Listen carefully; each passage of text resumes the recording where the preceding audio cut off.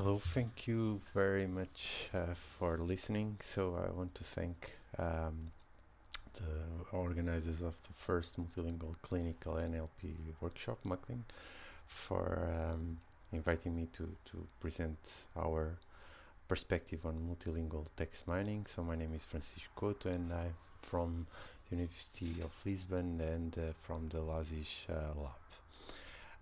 So I will talk about multilingual text mining and how we can overcome the lack of clinical NLP resources in this topic. So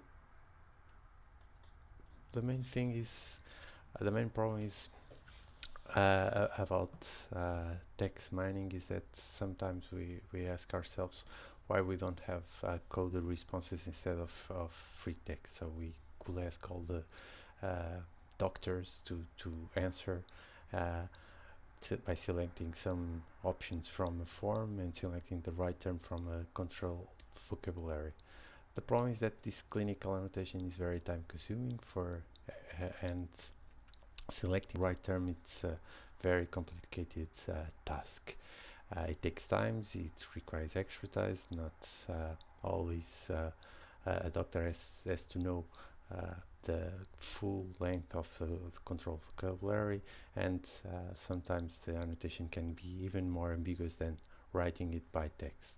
So the common problems of coded responses is by having missing values, because sometimes the experts, okay, I don't know what to fill in here, so they don't put anything, or just they are very generic to be useful, so they just select the most generic term because it's simpler, it's always true, and but for in terms of information retrieval, then there is no meaning in there.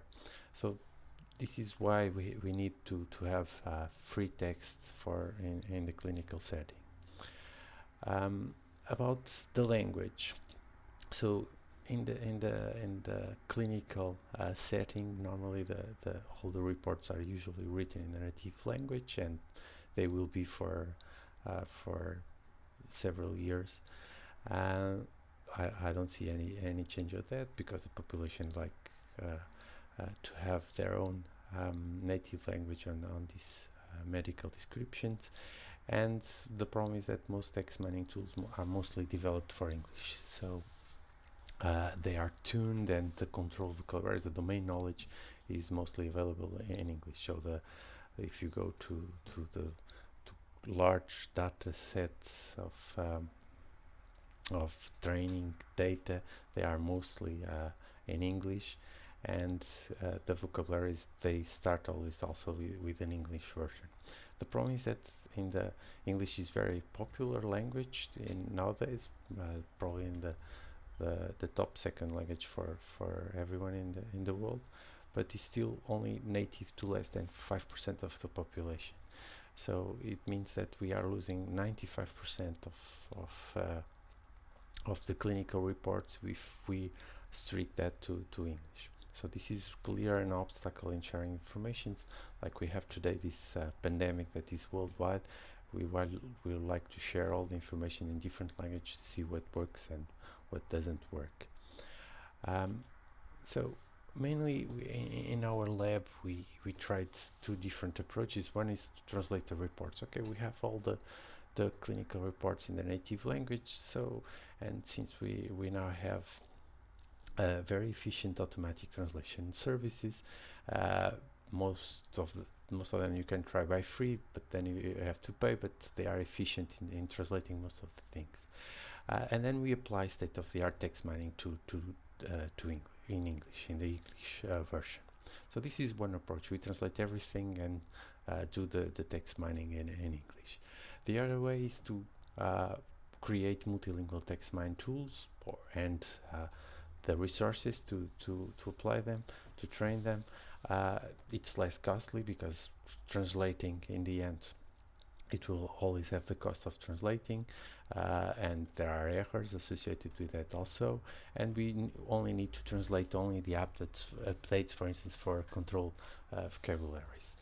Um, The problem is that we require this efficient multilingual text mining tool, so we require, in a sense, we require more resources in multilingual reports. So the first approach, it's there are some advantages to it because reports can be accessible to any doctor who understands English. Since we translate the reports, we can share it with all the world. Even the tourists, if you go to an hospital, you can provide the the report in their own language, and you can send them to their personal doctor at home and understand what is the problem. The hospital, on the other hand, can also get highly specialized second opinions. So since they are in English, they can get other opinions from worldwide experts about the specific case. And even in very complex cases, since everything is translated to English, then we can have these international experts to see what is the best solution. The problem with this is that translation can be very expensive, and it's also for this kind of complex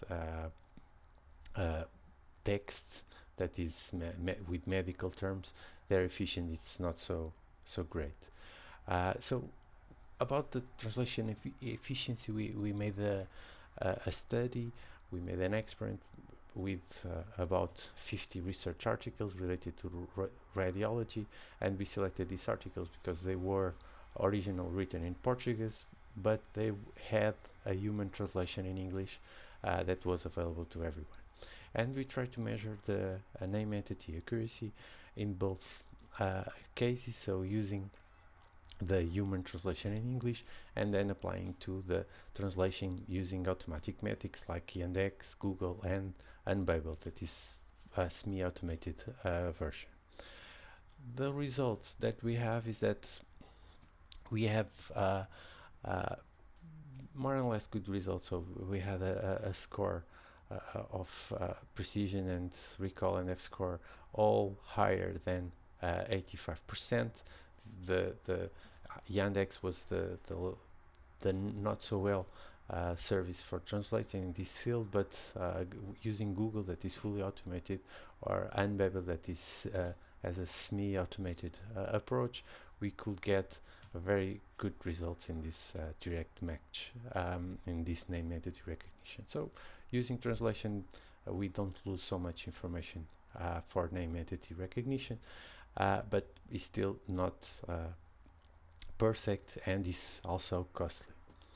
Okay, so the second approach is to use multilingual text mining, and there is a lack of multilingual control vocabularies. There are some exceptions like ICD or TEX or HPO that have different language versions, and they are improving on that. And the advantage of this is that since you translate one of these controlled vocabularies, then you only need to translate with minor updates for the new versions they publish. One of the main problems is the lack of training corporates, because we don't have these multilingual clinical reports in the native language in a way that we can build our models. Problems not only by the language, but also for privacy and so on. So this is one of the things that is being addressed by the current clinical NLP shared text, which is very important. And another option is also to go with Silva standards based on semi-automatic approaches, where multiple systems can try to annotate, and then they try to validate each other. This is also another solution.